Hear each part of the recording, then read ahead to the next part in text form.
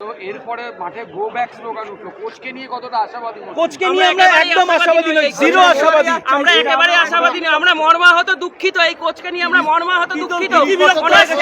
কোনো কিছুটা স্ট্র্যাটেজিতে নেই। উনি বিশ্বকে চড়ে নামাচ্ছে। এই কোচের বিরুদ্ধে আমরা চাইছি উই ওয়ান্ট জাস্টিস। এই ইস্ট বেঙ্গল টিমের এগেইনস্টে চাইছি উই ওয়ান্ট জাস্টিস। একদম আমরা মর্মাহত এরকম ভাবে।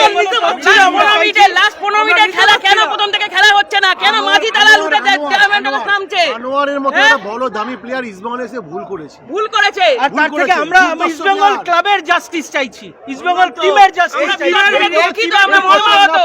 আমরা আশা করি না ইস্ট বেঙ্গলকে আমরা দেখি না। We want justice. কিছু নেই এর থেকে জুনিয়র প্লেয়ার যেটা বিনো জর্জ খেলাচ্ছে সেই টিম সিএফএল এর তো ইনি ছিলেন এবং তখন তো তুক্কাতে লেগে গেছে গত বছরে। একদমই আমাদের ভুল, আমরা প্রফেসর বলেছি।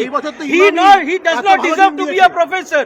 He is a coach, he doesn't deserve two be a professor. এবছর তো কর্মকর্তাদের দোষ দেবো না, অনেক ভালো টিম দিয়েছে, অনেক ভালো টিম দিয়েছে আমাদের কর্মকর্তারা, অনেক ভালো টিম দিয়েছে। যাকে চেয়েছে তাকে এনেছে।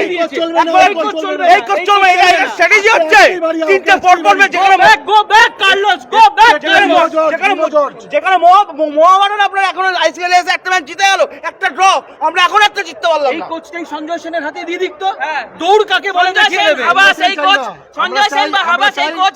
আমরা চাই আমাদের যে টিম তাকে দৌড় করাচ্ছে বিনো জর্জ, যে নাকি 9টা জিতিয়েছে, 2টো ড্র, এখনো কোনো একটা ম্যাচও হারায়নি, তাকে দেওয়া হবে টিম। তাকে দেব। মানে বিদেশি কোচ নয়, স্বদেশি তাদের কি এই যে কোচ পয়সা নেবে স্পেনে চলে যাবে, বাট আমাদের থাকতে লাগবে না। এই টিমটা আমাদের টিম, আমাদের রক্তের টিম, আমাদের জাতের টিম। পালসটা ওরা বুঝবে না, এই পালসটা একমাত্র স্বদেশী কোচই বুঝবে। এই কোচ চাই না, এই কোচ চাই না, এই কোচ চাই না।